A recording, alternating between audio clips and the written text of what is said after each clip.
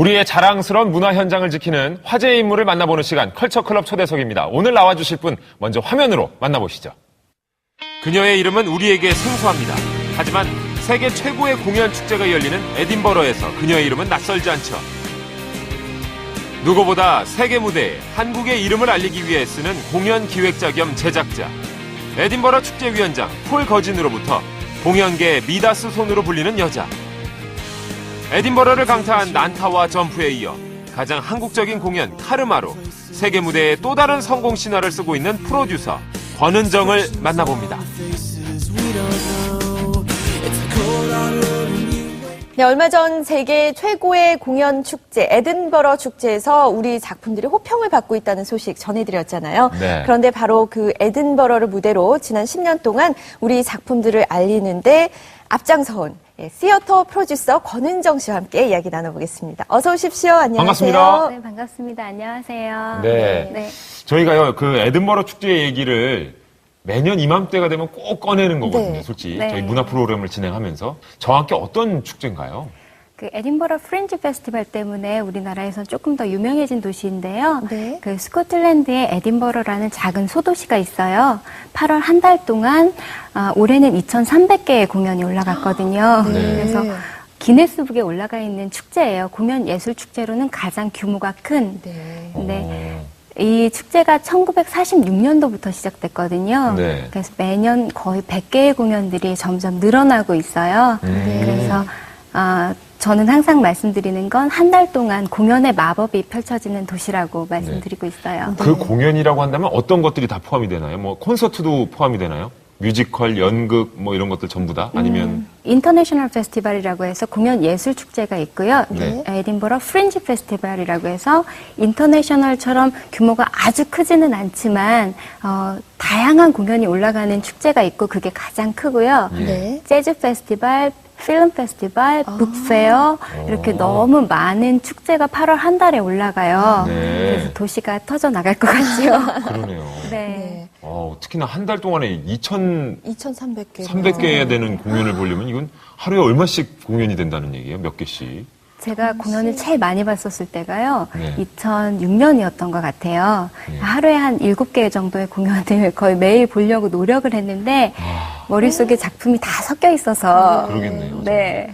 그런데 그 2,300개 공연 중에 네. 또 우리 작품들이 최고 평점인 별 5개를 받은 작품들도 있었고요. 네. 그게 어떤 의미를 갖는지. 별 5개를 받는다는 네. 건 그 크리틱들, 비평가들 있잖아요. 네. 각 일간지에서 리뷰를 해요. 공연들을 2,300개를 다 보실 수는 없고요. 네. 그중에서 또 선별하는 작업을 거쳐서 네. 괜찮다는 공연을 또 장르별로 담당자가 공연을 보러 다니는데 거기에 따라서 리뷰와 함께 별이 들어가거든요. 네. 근데 좀 괜찮다 하는 공연 별 3개. 그래서 괜찮다보다 조금 더 뭐랄까 예술적으로 다가갔거나 아니면 작품성이 뭐 완성도가 높다거나 하면 별 4개. 네. 그리고 빈틈이 없다.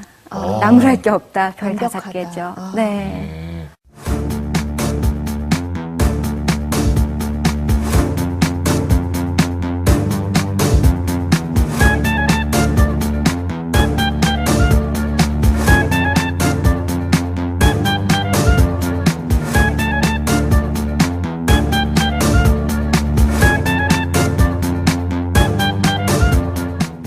처음에 하셨던 전공은 어느 쪽을?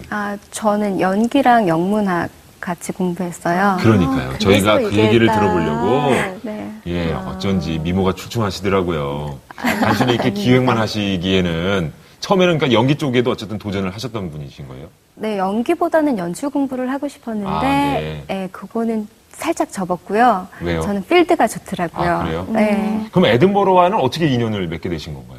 처음에 99년에 난타가 처음으로 에딘버러 프린지 페스티벌에 참여를 했어요. 네. 그 전까지는 그 역사가 깊은 에딘버러 프린지에 대해서 한국에선 아는 사람이 거의 없었다고 생각을 합니다. 네. 그렇죠. 네.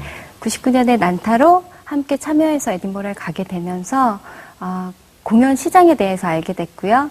한국이 정말 안 알려져 있구나라는 네. 걸 인지하게 됐고요.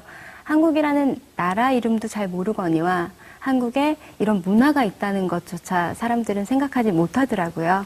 그게 안타까워서 한국 공연을 소개하는 일을 시작하게 됐어요. 그때서부터 네. 계기가 돼서요. 네. 근데 난타를 시작으로 그 다음에 또 점프가 있었잖아요. 근데 네. 점프를 그 해외 시장에 진출시키고 성공을 거두기까지 권은정 씨 역할이 굉장히 컸다고 들었어요. 네. 어떻게 어떤 전략으로 성공 신화를 이어가신 건지. 코미디 장르일 경우에는 유머가 달라서 외국이랑 한국에서 공연하는 거랑 작품이 조금 차이가 있어야 되거든요. 네. 그래서 난타 때 배운 거죠. 코미디 디렉터라고 해서 코미디 쇼 닥터를 초청을 했었어요. 난타 때도. 그때는 세 분, 장르가 다르게 세 분을 초청해서 공연 업그레이드하는 작업을 했었거든요. 네. 점프도 똑같이 세계로 나가게 되는 그 전략과 계기가 거기서 시작되는 게 아닐까 싶어요. 네. 그래서 유머를 맞추는 작업을 했고 그 후에는 트라이아웃 공연으로 이스라엘 페스티벌을 우선 잡아봤어요. 이스라엘 축제위원장이 운이 좋게도 그 당시에 일본에 공연을 보러 가 있더라고요. 네. 그래서 한국으로 초청을 해서 공연을 보게 했고 마음에 들어서 흔쾌히 초청 의사를 밝혔기 때문에 에딘버러 8월에 가기 전에 5월에 이제 이스라엘 페스티벌부터 한 3개 도시 돌고 관객 반응을 확인했어요. 예상했던 만큼 딱 나오던가요? 네, 너무 반응이 좋아져서 그러니까 공연이 그만큼 업그레이드 됐기 때문에 유럽 시장에 맞겠구나라는 판단이 섰었고요. 그래서 에딘버러 8월에 갔을 때 정말 폭발적인 반응을 또 이끌어냈죠. 네. 보람 있고 또 감동적이고 이런 일들도 많이 있을 것 같아요. 언제가 가장 그럼요. 되나요? 자부심도 느끼실 네. 것 같고요. 가장 큰 감동은 관객에게서 와요. 아, 그 문화의 불모지 같은 나라들이 좀 많이 있거든요. 볼리비아 볼리비아요. 네. 가기 힘든 나라 같잖아요. 네. 라파즈는 특히나 고산지대예요. 그래서 제가 정확히 기억하는지 모르겠는데 한 2,800m 고지대네요. 정도 높이에 있어서 저희가 비행기에서 처음 딱 내렸을 때부터 숨이 좀 고산병 같은 거. 가팠어요. 네. 네. 몇 명 배우들은 고산병이 생겼었고요. 그래서 고산차 차 마시는 게 있어요. 네. 약도 있고. 그래서 좀 괜찮긴 했는데 공연하기는 정말 힘든 상황이잖아요. 네. 극장이 있고 스태프들도 너무나 협조적이었고. 하지만 저희 공연이 카르마라는 공연을 제가 데리고 갔었는데 네. 카르마라는 작품은 무용무술 접목된 공연이라서 굉장히 많이 뛰어요. 활동량이 많구나. 네, 숨쉬기도 그냥 걸어 다니면서 숨 쉬는 것도 힘든데 공연을 해야 돼서 네. 너무 힘들었는데 거기 관객들 반응 때문에 저희가 이겨낼 수 있었어요. 그만큼 뜨거웠나요? 관객들이 이제 이런 문화를 처음 본 거예요. 이런 퍼포먼스라는 장르를 처음 접한 거예요. 네. 그래서 조금 놀라기도 하고 이 감동을 감추지를 못하시더라고요. 어떤 꼬마 친구 한 명은 저희가 거기 라파즈에서 한 4회 공연을 했는데 매회 공연을 보러 왔어요. 4번 다. 공연 보러 와서 사인 받고 인사한다고 저희들 다 정리하고 나갈 때까지 문 앞에서 기다리고 할아버님이 한국 분이셨다면서 자랑스럽게 계속 얘기를 하더라고요. 그래요? 네.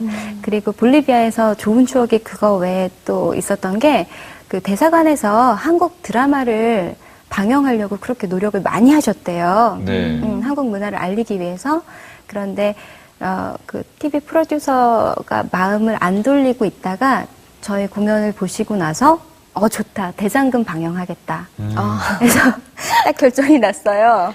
아니 한류의 주역인 대장금보다 먼저 그러니까 네. 알리신 거네요. 카르마 덕에 대한민국을? 대장금 네. 오히려. 저 그래서 예. 그 감사 편지 받고 네. 대사관에서 와 대단하십니다. 뿌듯했죠. 네. 네.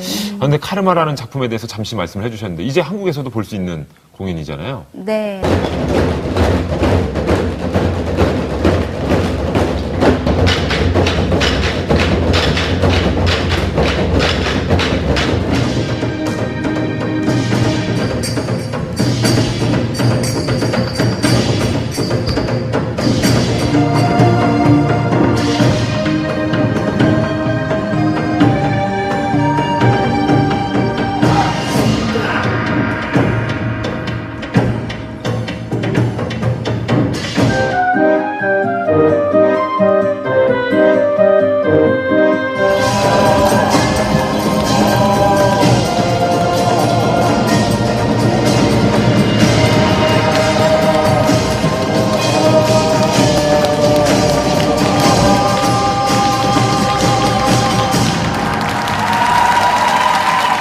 아무래도 저 해외 공연 문화 또 이제 현장을 많이 접해 보셨기 때문에 국내에서 공연을 하면은 또 그 차이를 좀 느끼실 수가 있을 것 같아요. 해외와 이제 국내의 좀 차이. 우리나라가 제가 생각할 때는 문화 선진국이에요. 네. 우리나라 사람들이 알고 있는 브로드웨이, 웨스트엔드, 거기는 뭐 뮤지컬로 대성한 도시나 뭐 한 그 스트리트라고 하죠. 네. 그런데 우리나라의 대학로 같은 공간을 갖고 있는 나라가 없어요. 소극장 그래요? 위주의 네, 뭐 소극장 위주의 몇백 개의 공연이 1년 365일 올라가는 이런 나라가 없어요. 그래요. 네. 근데 이런 게 안 알려진 게 너무 마음이 아픈 거죠. 네. 네. 외국에서 이제 축제위원장이든 아니면 미디어 쪽에서 네. 들어오시든 하면은 항상 대학로에 데리고 가요. 네, 이런 데가 있다. 다들 정말 놀라거든요. 그래요? 네. 기사화 시키기도 하고. 그런데 그 기사를 읽으시는 분들이 한정돼 있고, 아, 한국이 이렇구나 하고, 그 다음에 팔로우업이 없는 거죠. 거기서 끝나는군요, 그냥. 네, 한국에서 네. 뭔가 계속 제스처를 취해주고 이슈화 시켜주고 알리는 작업을 해야 될 것 같은데, 네. 우리 갖고 있는 걸로 됐어 이러는 자세가 좀 많나 봐요. 그래서 원래 10년 전에는 한국이라는 나라 자체도 많이 알려지지 않았고 서울 올림픽은 아는데 한국을 몰라요. 놀스코리아 북한은 아는데 네. 한국에 대해서는 어떤 인포메이션도 거의 없고요. 음. 그리고 문화라고 해서 니네도 공연을 만들어? 약간 얕잡아보는 것도 있네요. 네, 네. 되게 기분이 나쁘잖아요. 예. 그래서 문화를 알려야겠다 그때부터 생각을 하게 된 거였고 당연히 우리나라에 대해서 자긍심을 갖고 있기 때문에 네. 이 작업을 국가에서 도와주셔야 되는데 많이 해야 되지 않을까 네. 싶어요. 이 공공기관에서 많이 보는 네. 이 됐으면 좋겠네요. 네. 네. 지금까지 이렇게 쭉 해오신 일들을 보면 앞으로의 또 꿈도 굉장히 크실 것 같은데 라스베가스가요 2009년에 카지노 매출을 그 컨벤션이란 공연이 뛰어넘었어요. 라스베가스는 더 이상 카지노의 도시가 아니고요. 공연, 문화의 도시가 된 거죠. 네. 우리나라에도 그렇게 전환점이 계속 생겼으면 좋겠는데 그것도 하나의 숙제지만 저는 라스베가스에 그 큰 극장들이 들어서 있는 그곳에 한국 공연을 유치하고 싶어요. 그게 카르마가 됐으면 첫 주자가 카르마가 됐으면 하는 바람이고요. 네. 한 3년 전부터 그 작업을 계속 해오고 있습니다. 예. 요즘에 어떻게 보면 뭐 K-팝이다 한류다 해서 대한민국을 이제 세계 문화 반열에 지금 올라가고 있는 단계에 있다고 생각을 하거든요. 하지만 그 항상 앞장서는 보이지 않는 곳에서 열심히 일하고 계신 우리 권은정 씨 같은 분들이 노력을 하시기에 지금의 우리 대한민국 문화가 지금 발전하고 있는 게 아닌가 싶습니다. 앞으로도 정말 열심히 그 선봉에 쓰셔가지고 수고를 좀 해주시기 바랍니다. 저희 열심히 응원하겠습니다. 감사합니다. 오늘 오늘 나오셔서 나와주셔서 고맙습니다. 고맙습니다. 네, 감사합니다.